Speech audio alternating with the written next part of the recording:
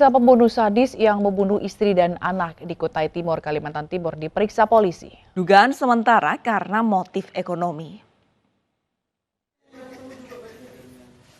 Inilah pelaku pembunuhan sadis istri dan anak kandungnya yang masih berusia 1 tahun. Saat ini polisi masih memeriksa pelaku di Polres Kutai Timur, Kalimantan Timur untuk mengetahui motif dibalik pembunuhan sadis. Dugaan sementara terkait masalah ekonomi. Namun tes kejiwaan juga akan dilakukan polisi karena pelaku mengaku tidak sadarkan diri saat menghabisi nyawa istri dan anaknya.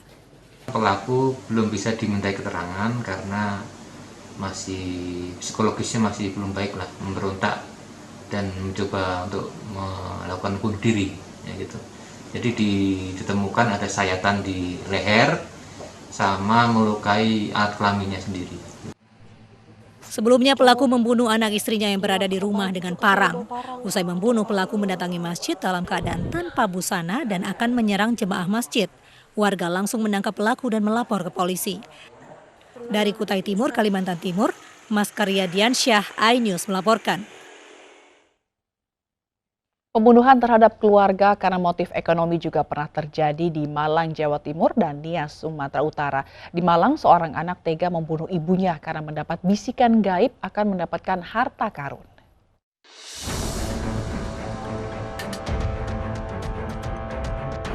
Seorang anak tega membunuh ibu kandungnya di Malang, Jawa Timur. Pembunuhan dilatar belakangi oleh urusan harta karun.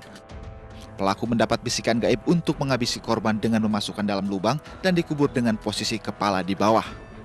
Menurut keterangan polisi, pelaku dan korban sama-sama meyakini ada harta karun yang terpendam di sebuah bangunan kosong milik pembangkit listrik Jawa dan Bali. Keyakinan itu didapat setelah korban dan pelaku bertemu dengan seorang paranormal di Blitar. Sementara itu di Nias, Sumatera Utara, seorang ibu tega membunuh 3 anaknya di rumah. Jasad 3 anak laki-laki ditemukan warga setempat.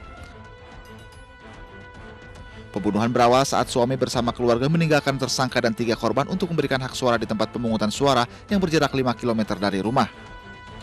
Usai memberikan hak pilih, keluarga yang pulang mendapati suasana rumah yang sepi dan pintu tidak terkunci. Keluarga terkejut saat mendapati 3 bersaudara yang masih berusia 5, 4, dan 2 tahun meninggal dunia dengan kondisi mengenaskan dengan ada tersangka di sampingnya.